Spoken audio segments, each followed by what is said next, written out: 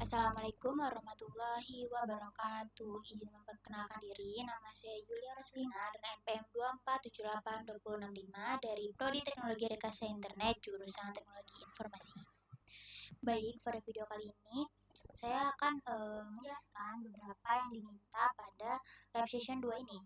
Nah, lab session 2 ini memiliki topik uniform dan informer search.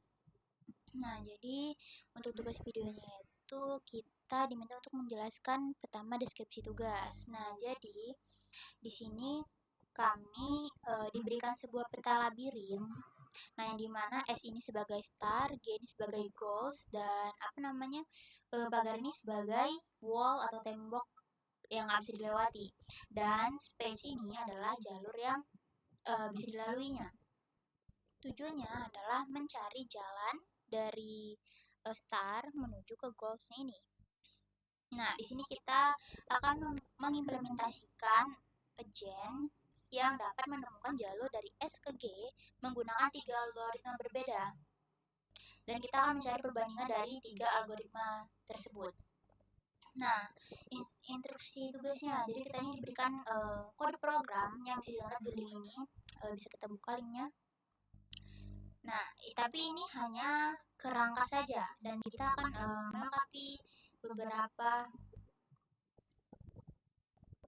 yang bagian kosongnya. Nah, ini adalah kerangka yang sudah diberikan. Oke, kita kembali lagi.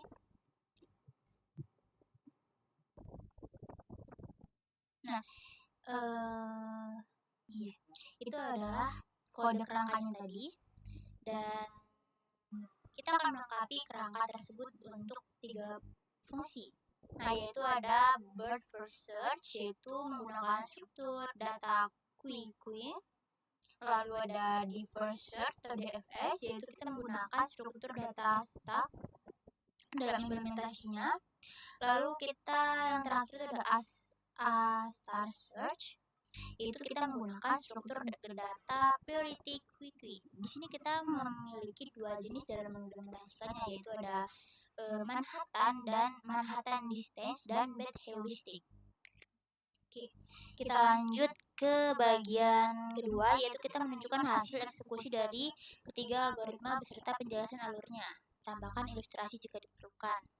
Oke, kita akan masuk ke dalam kode programnya. Nah, ini adalah kode programnya.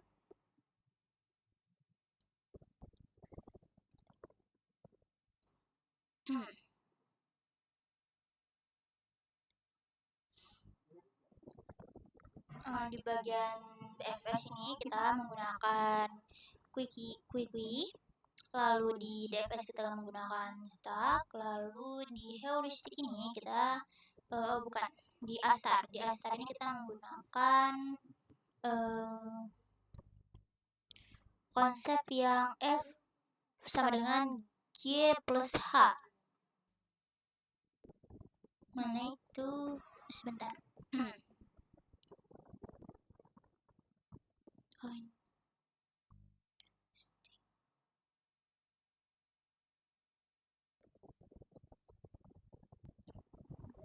Nah, ini new F, new G plus new H. Nah, ini yang priorita quickie itu. Oke, kita running. Nah, ini adalah bukan, itu hasil sebelumnya. Ini adalah hasil yang baru. Kita kembali dulu ke sini. Di sini kita diminta untuk menunjukkan hasil eksekusinya, penjelasan alurnya. Nah, kita mulai dari BFS atau bird first search. Nah, di sini ini kan konsep BFS itu dia memiliki path alert 29 step dan node exportnya itu ada 66. Di sini bagian node exportnya itu lumayan banyak karena bird first search itu dia kan mencari pada setiap langkahnya.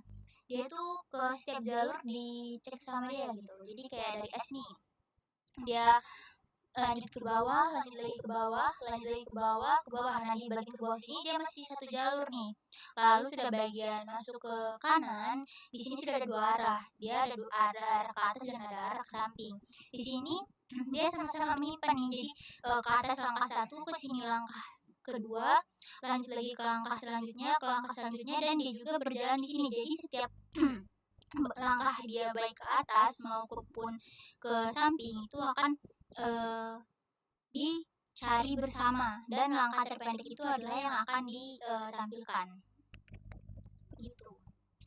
Lalu di bagian DFS, nah DFS ini dia pattern-nya 55 step dan not explore-nya itu 63, tidak jauh berbeda dari BFS ya, tapi di sini banyak di langkah stepnya, karena DFS itu dia akan stuck kan, dia nggak akan cari kemana-mana, dia itu akan fokus ke langkah satu arah. Jadi ini dari start dia menuju ke bawah, dari bawah dia lurus terus ke samping, dia nggak ngeliat yang bagian atasnya, tapi dia lanjut ke kanan sampai ujung di kanan, dia lanjut lagi ke bagian bawah mana langkah yang bisa diambil, lalu dia lanjut lagi ke bagian kiri sampai dia habis, lalu dia lanjut lagi ke bagian ke bawah, lalu ke kanan lagi sampai ujung, lalu dia ke atas, ke kiri lagi, ke atas, lalu dia ke kanan, ke atas, lalu dia ke kanan lagi dan ke atas sampai di goals. Tapi ini langkahnya terlalu banyak dan terlalu panjang.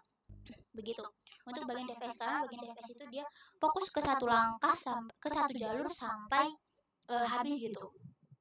Nah, kalau untuk Manhattan, dia ini hampir sama ya, part alert-nya itu sama dengan di BFS tadi. Nah, namun Not Explorer itu 36. Kenapa? Karena kalau Manhattan ini kan dia fungsinya new F sama dengan new G plus H. Jadi kalau dia kayak gini nih dari start tuh, dia kan di sini langkahnya masih satu langkah kan, dia masih satu arah ke bawah gitu. Nah, di bawah ini kan ada satu, dua, tiga, empat. Nah, dari atas ke bawah tuh dia sudah tahu nih, dia ini sudah melewati 4 langkah G. G-nya adalah 4 langkah, dan dia tuh memperkirakan berapa kira-kira untuk sampai ke goalsnya. Nah, dia akan memperkirakan dari sini dari apa? Maksudnya dari kalau dia ke atas dia butuh berapa, dan kalau dia ke kanan dia butuh berapa. Nah, kalau dia ke atas kira-kira dia cukup di 22 langkah gitu. 22 langkah berarti dia tinggal menambahkan 4 ditambah 22, jadi 26 langkah. Lalu kalau dia lewat ke mana? Ke kanan. Nah, dia akan satu perkiraan di sekitar 50 langkah mungkin. Nah, berarti 4 ditambah 50 langkah sama dengan 54. Jadi dia akan memilih mana kemungkinan langkah yang lebih pendek gitu jaraknya, dan dia akan memilih langkah yang berapa tadi, yang 26 tadi itu. Jadi dia dari sini ke sini ke sini, lalu dia lurus lagi, lalu dia turun ke bawah, ke kanan, naik lagi, dan dia sampai di goals gitu. Nah, kalau untuk yang bet heuristic itu sama, cuma dia perbedaannya di perkiraannya. Dia memperbesar perkiraan. Kalau seumpamanya di sini perkiraannya itu hanya 20, di sini tuh bisa 200, kayak dia sudah melewati 4 langkah nih. Nah, dia mau lanjut, dia mau memperkirakan langkah untuk di setiap jalurnya. Kira-kiranya kalau di sini langkahnya yang awalnya cuma 20, tapi dilebihkan dia menjadi 200 atau jadi berapa gitu. Mungkin kalau untuk di bagian kecil di labirin yang seperti ini, dia mungkin masih bisa digunakan dengan baik. Cuma mungkin kalau untuk di hal yang lebih besar itu dia takutnya kurang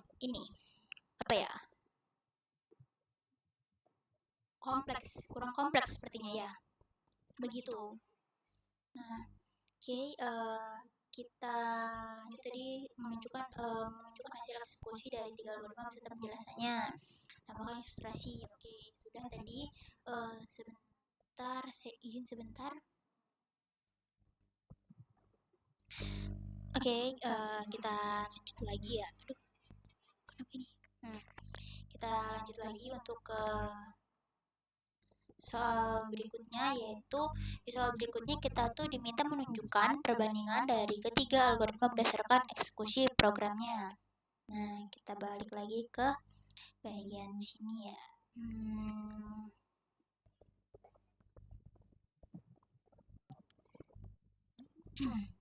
Nah, kan berdasarkan hasil running dari program ini bisa dilihat nih,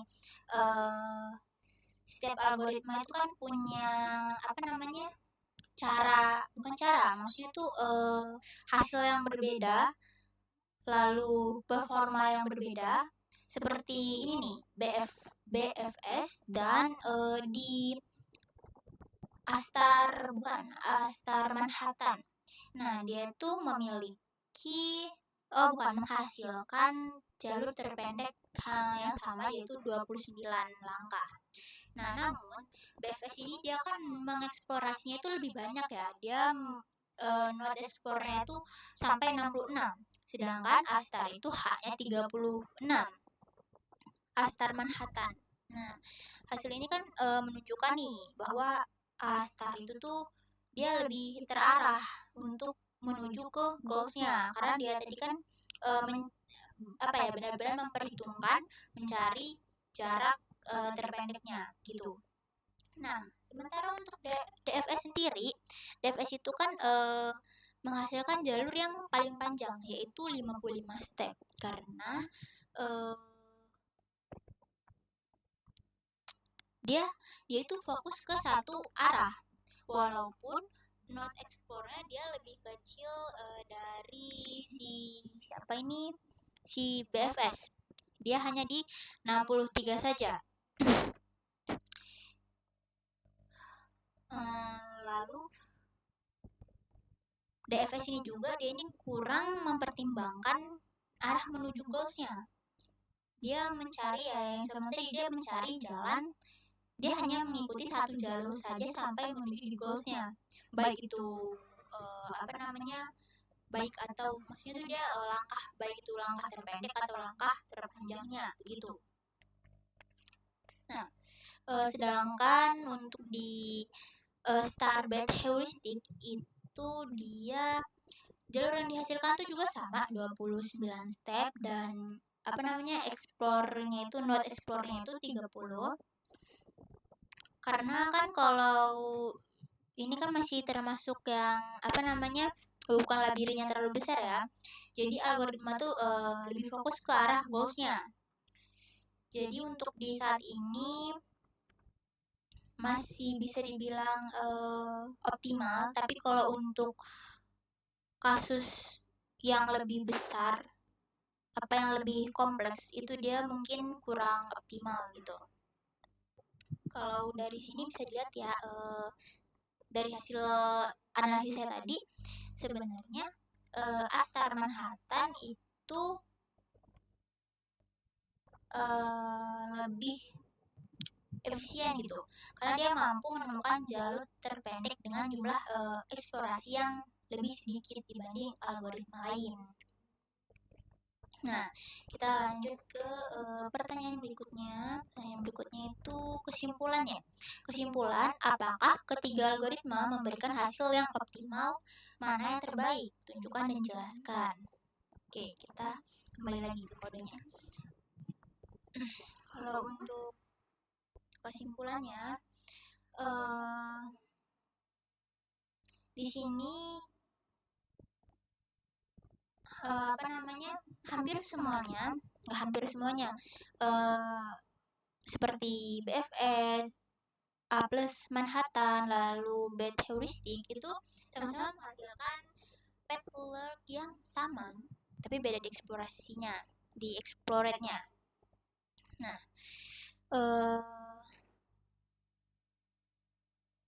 tapi yang paling ini banget tadi itu di bagian A plus Manhattan dan di BFS. Nah, di sini tuh mereka hampir sama nih ya, bagian pattern-nya itu 29 step. Nah, Tapi sayangnya di sini tuh bagian BFS itu explore-nya lebih besar dibandingkan dengan Astar tadi, Astar yang Manhattan. Sementara DFS itu menghasilkan jalur optimal, karena jalur yang ditemukan tuh lebih panjang, yaitu 55 langkah. Hal ini terjadi karena DFS itu tidak terlalu bukan. DFS ini tidak menghasilkan jalur yang optimal, dikarenakan dia memiliki payload yang lebih panjang, yaitu 55. Karena DFS ini kan nggak mempertimbangkan tuh arah menuju goalsnya. Jadi kayak mana arah yang dia temuin itu ya diterabas dia aja, kayak ke bawah, lalu ke kanan, lalu ke bawah. Dia tidak memperhitungkan apakah dia bisa ke atas atau dia lebih baik ke kanan. Sedangkan kalau algoritma lain mereka mempertimbangkan gitu. Dia tidak fokus ke satu jalur, sedangkan kalau DFS ini dia fokus satu jalur saja. Nah, kalau untuk bagian A plus bad heuristic itu hasil yang didapatkan tetap optimal ya di kasus ini, yaitu 29 langkah. Tetapi hal ini tuh nggak bisa menjamin nih untuk kondisi karena heuristik yang digunakan tuh nggak selalu akurat ya, karena dia tuh selalu melebihkan angkanya, yang seharusnya angkanya bisa diperkirakan hanya 10 langkah bisa tiba-tiba menjadi 100 langkah. Itu yang membuat bad heuristic itu takutnya ketika dia di yang labirnya lebih besar mungkin dia kurang optimal gitu. Nah, oleh karena itu algoritma yang terbaik pada percobaan ini yaitu Astar Manhattan, karena mampu menghasilkan jalur terpendek dengan jumlah eksplorasi yang lebih efisien. Dia benar-benar memperhitungkan setiap langkah yang akan diambil begitu. Oke, kita lanjut. Bukan sini. Nah, di sini sudah menunjukkan, lalu pastikan gambar dan audio memiliki kualitas yang baik. Kode program hasil demonstrasi tidak jelas, tidak blur, suara dan volume yang wajar dan terdengar dengan baik. Mungkin hanya itu saja yang bisa saya jelaskan. Jika banyak kekurangan dan kesalahan, saya mohon maaf. Saya akhiri. Wassalamualaikum warahmatullahi wabarakatuh.